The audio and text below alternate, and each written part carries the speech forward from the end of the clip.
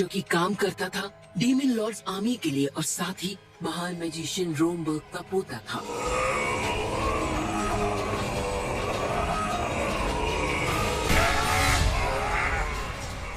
Sir, हमें किले का दरवाजा तोड़ देना चाहिए। तो नेक काम में तेरे किस बात की? हाँ बिल्कुल, इसलिए मैंने अपना मोटा दिमाग लगाया और सेना को पहले ही तैयार कर दिया।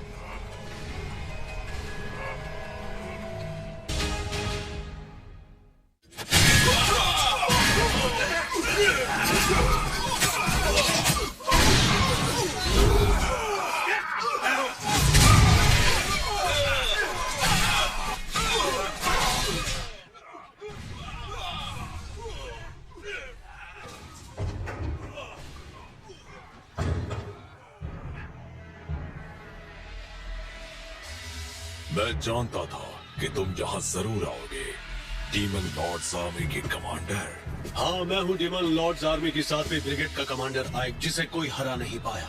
अब तुम्हारे पास बचने के सिर्फ 3 रास्ते बचते हैं। पहला, सरेंडर करो और पूरी टेरिटरी हमारे हवाले कर दो। दूसरा, खुद अपनी जान लेकर सम्मान की मौत मारो। और तीसरा, जब तक मैं खिड़की से बाहर का खूबसूरत नजारा देखूं, तुम जान बचाकर भाग निकलो। अच्छा, शैतान होने के बावजूद मुझ पर एहसान दिखा रहे हो? माफ करना, पर मैं तुम्हारे बताए रास्तों पर नहीं चल सकता। मालूम था ये आसानी से नहीं मारेगा।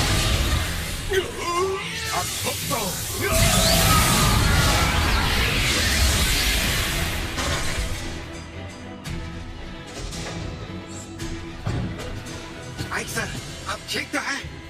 इसके घाव ठीक करो। क्या?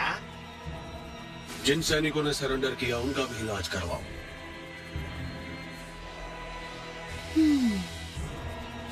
पलक झपकते ही आर्सेनम खत्म। सोचा नहीं था कि सिर्फ 1 हफ्ते में आर्सेनम हमारा हो जाएगा। मैं जानती थी इसके जैसा और कोई हो ही नहीं सकता। बैरियर मैजिक, जंग खत्म हो गई।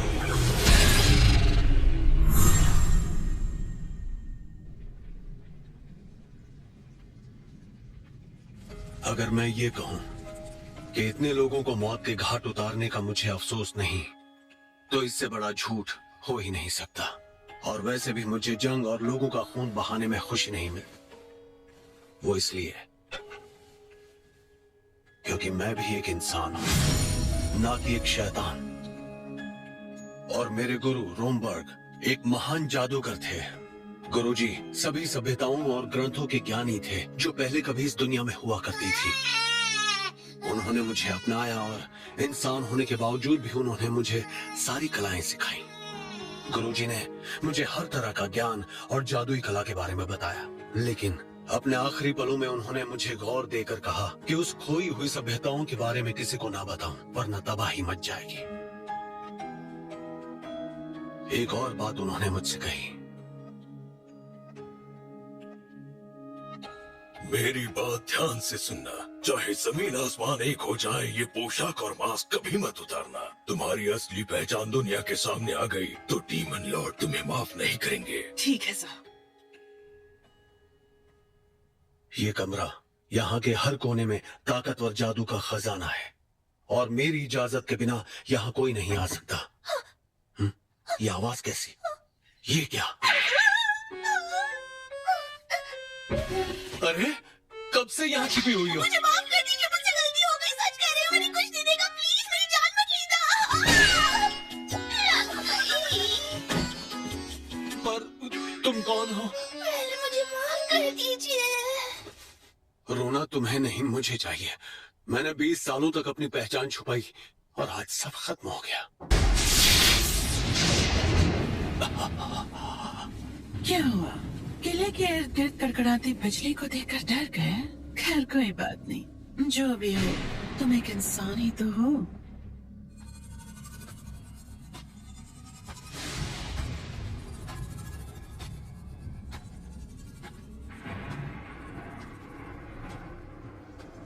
कमांडर, दरवाजे पर खड़ा ये गार्ड किले के अंदर जाने वाले हर मैजिशियन को चेक करता है क्या? अब उसका काम ही यही है। तुम्हें क्या लगा था डीमन लॉर्ड से मिलना इतना आसान होगा कि बिना कोई पहरेदारी के तुम्हें अंदर जाने देंगे? फिर तो आपको इसे रोक नहीं होगा।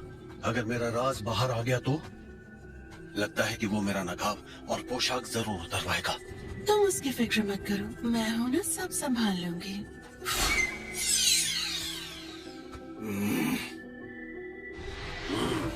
इतना शानदार जादू रॉम्बर्ग के पोते से इतनी उम्मीद कर सकते हैं। तुम मेरे दादाजी को कैसे जानते हो? ऐसा कोई डीमन पैदा नहीं हुआ जिसने महान मैजिशियन रॉम्बर्ग का नाम न सुना हो। सालों बाद भी मेरे दादाजी को कोई भूल नहीं पाया।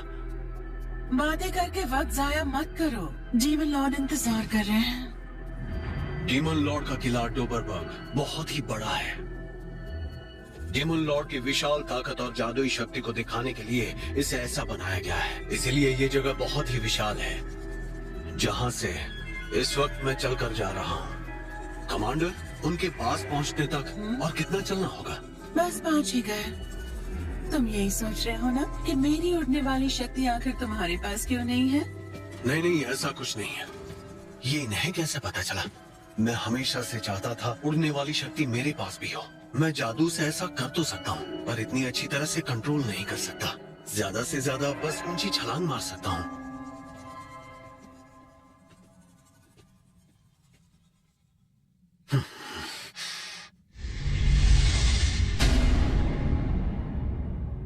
आइक, तुम थोड़ी देर यही इंतजार करो, मैं उन्हें तुम्हारे आने की खबर देकर आती हूँ।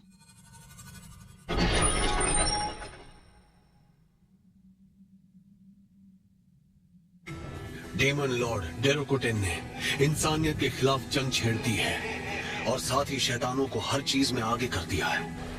वो शैतानों के लीडर और सबसे शक्तिशाली हैं। माना जाता है कि वो निर्दयी और हिंसक हैं। चाहे दोस्त हो या दुश्मन, वो किसी को भी नहीं छोड़ते।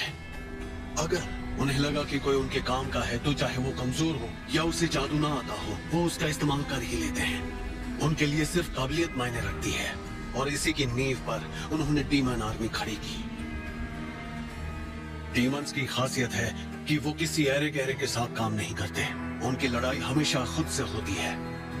लेकिन डीमन लॉर्ड डेरोकोटेन ने इस सोच को बदल कर रख दिया और उसी डीमन लॉर्ड ने मिलने के लिए मुझे यहाँ बुलाया है। किस सोच में पड़े हो आइक? अंदर आ जाओ।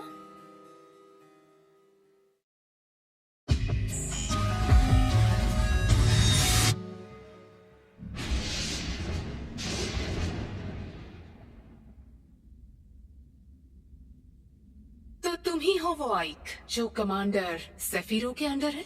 जी। अपना सिर ऊपर उठाओ। जी। मेरे किले में तुम्हारा स्वागत है। ये क्या, डीमन लॉर्ड एक लड़की है? मैंने तुम्हारी ऐतिहासिक जीत के बारे में सुना कि एक हफ्ते में तुमने आर्सेनम पर कब्जा कर लिया। जी, मैंने बस वही किया जैसा मुझे कहा गया। इसका पूरा श्रेय सेफिरो मैम को जाता है। अरे वाह, सोचा नहीं था कि तुम इंसानों की तरह भावुक निकलोगे। ये क्या, कहीं मैं पकड़ा तो नहीं गया? ये महान मैजिशियन रॉम्बर्ग का पोता है जिन्हें जादुई दुनिया में गार्डियन ऑफ हेल का दर्जा दिया गया है। ओह, तो ये बात है। ये महान रॉम्बर्ग का पोता है, शायद इसलिए ये इतना विनम्र है और इसकी सोच भी काफी दूर की है। इसीलिए तो इसने लोगों को जान से नहीं मारा और ना ही उनके लीडर को मारा। इंसानों की जान लिए बिना ही इसने आर्सेनम पर कब्जा कर लिया।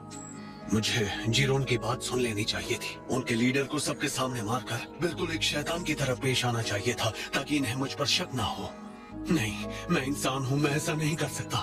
लेकिन मेरी पहचान सामने आ गई तो। डीमन लॉर्ड, अगर आपकी इजाजत हो तो मैं कुछ कहना चाहता हूँ। हाँ जरूर। शुक्रिया, क्योंकि हम इंसानों को डरा कर रखते हैं, इसलिए वो हमारी बात नहीं सुनते और आज तक हमेशा ऐसा ही होता आया है। अगर हम इस बात पर गौर करें कि जब जब डीमंस द्वारा लीडर्स को मारा गया या फिर जब जब लीडर्स को जिंदा छोड़कर अपनी गद्दी को ही संभालने दिया गया, उससे साफ होता है दोनों ही हालातों में हमारी आर्मी के लिए कौन सी चीज फायदेमंद है। लगता है ये रॉम्बर्ग की सोच है ना? जी हाँ, डीमन लॉर्ड डेरोकोटेन। चाहे इनसे बात करके मुझे बस कुछ ही देर हुई है, लेकिन एक बात मैं पूरी तरह समझ चुका हूँ कि इन्हें मेरे मेरे दादाजी रोम्बक की तरह पुरानी सभ्यता की पूरी जानकारी है और उसी समझ का इस्तेमाल करके इन्होंने डीमन लॉर्ड्स आर्मी तैयार की है।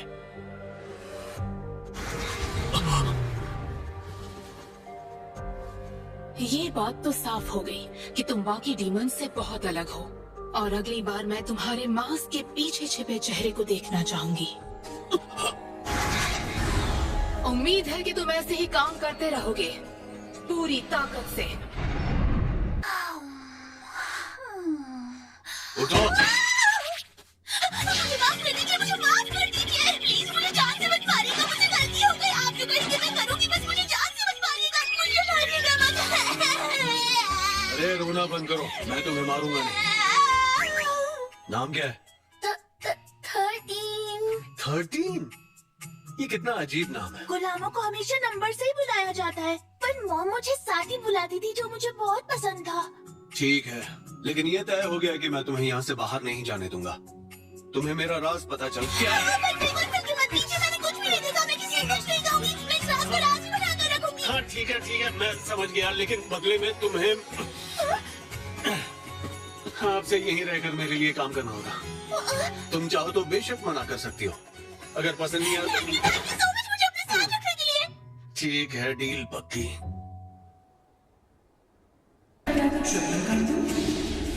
अब क्या करूं?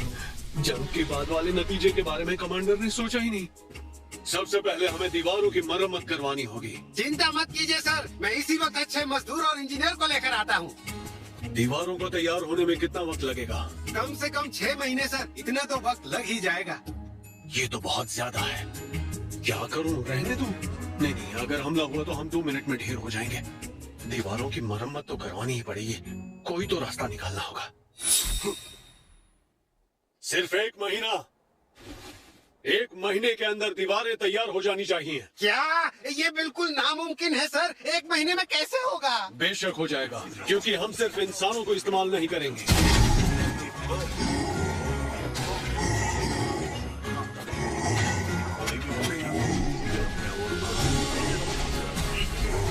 ऐसा पहली बार देख रहा हूँ जब इंसान और शैतान एक साथ काम कर रहे हैं। ऐसा नजारा पहले कभी नहीं देखा। आहिक सर के सोचने का तरीका सबसे अलग है। उन्होंने सबको 8 घंटों की शिफ्ट में बांट दिया ताकि काम 24 घंटे चलता रहे, और उनके जोश को बनाए रखने के लिए वो सबको पैसे भी दे रहे हैं। ये तो मानना पड़ेगा, आहिक सर जीनियस हैं। अब समझ आया लोग इन्हें डीमन लॉर्ड आर्मी का बेहतरीन लीडर क्यों कहते हैं। देख क्या रहे हो? चलो पीछे हटो। शक्ति अपना असर दिखाओ।